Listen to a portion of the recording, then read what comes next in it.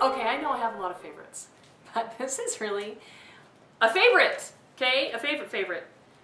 As you can see, my poor little sad edges are falling apart. I kept a cover on, and I lug this thing around. I've quoted so many times. I've used it for so many things. Of course, this is The Education of James Madison by Mary-Elaine Swanson, a model for today.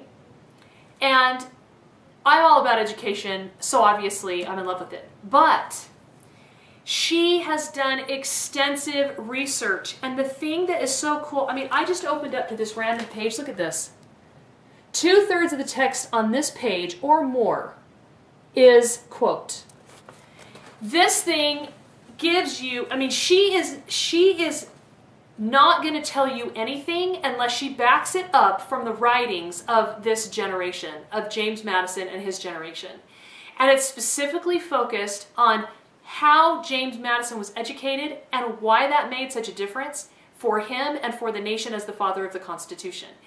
And it starts out in his childhood and goes all the way through, shows the major influences in his life. And it's got some visuals, got some nice photos in it of different people. And sometimes she'll go on and just kind of tell part of the story. Then here's what was happening next. But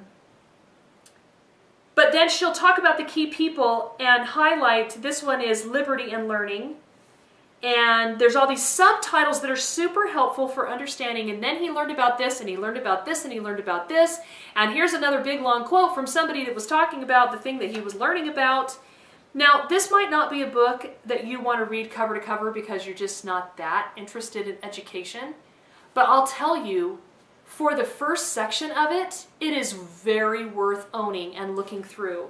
Because it's there that she talks about the early stages of his education. And if you're interested in the classical liberal arts at all, it is so valuable to read a model. Because that's what she's saying. It's a model for today. We've lost this model. We should restore this model. This is how we should be educating ourselves even today. So let's look really closely at what it was he was learning, who he was learning it from, what it was he was thinking about and writing about, all through his education, so we can better understand our own roots. Because, of course, he wrote our Constitution. So this first part is so awesome. I'm going to say probably the first chapter is the home, the first foundation of colonial education. That's just kind of in general what was happening with the founding generation. How did education work? It started in the home, and what was the family like, and what was the home like as far as education. And then student days at the College of New Jersey, the character and career of Witherspoon. This first 50 pages or so is just a snapshot. It's a picture for those of you who are wanting to continue your own education or who are trying to educate your children, especially in your home or in a co-op, or trying to choose a good private school or choose the right teachers that would be best. Or if you're like the Ten Booms and you are sending your kids to school and then you want culture and lifelong learning in your home in the evenings, this information will be super helpful for you. And you'll feel super empowered to talk to other people about, you know, this isn't how it always was and this is how it used to be, because you'll get that information pretty quickly in these first few chapters. The other reason I love this and quote it so much is because I bring this up almost every post, but I'm all about proving the concept of natural law and conscience and principles, because at the Ten Boom Institute we're all about teaching principles, and I want to show all of you that principles change everything, and that education should be principle-based, and that education should teach principles. So the first part of this is talking about this Scottish Enlightenment and Thomas Reid and others. I've got Turnbull's book, which I could post on in the future, but that the Scottish Enlightenment had the greatest impact on the way the founding generation was educated, and that one of those founders was Thomas Reid, who founded the School of the Philosophical School of Common Sense. And his whole argument, he's the one that said that how did he say it? That true principles, that first, he called them first principles, drawn from natural law, those things that we inherently know, that are common sense, that are axioms of human life, that we don't need anybody to explain or prove to us. This should be fair. The discussion is over. You and I both know it should be fair. We both know that, you know, you should respect human life. Discussion is over. I don't need to prove it to you. Something inside you knows that it's true. He says It has been written by the finger of God on the very hearts of men. So it goes into Thomas Reid and spends a little bit of time on his philosophy and the idea of common sense and axioms and first principles and why they're so important.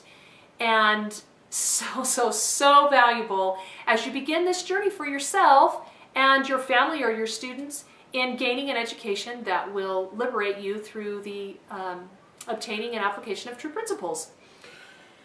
So that is really for the average reader. The value of this book is in those first 50 pages. And then if you want to skim through other things that might be really interesting to you, there's also some really great ammo or other things that I do, because the more I've learned about the first couple hundred years of our nation, the more I feel identity with those people, and the more I feel that they were right, and the more I feel that we should try to model many of our home systems and societal systems and governmental and economic systems and family systems and educational systems after what they were doing, that we've lost that and we should restore it. This is one really fun quote here.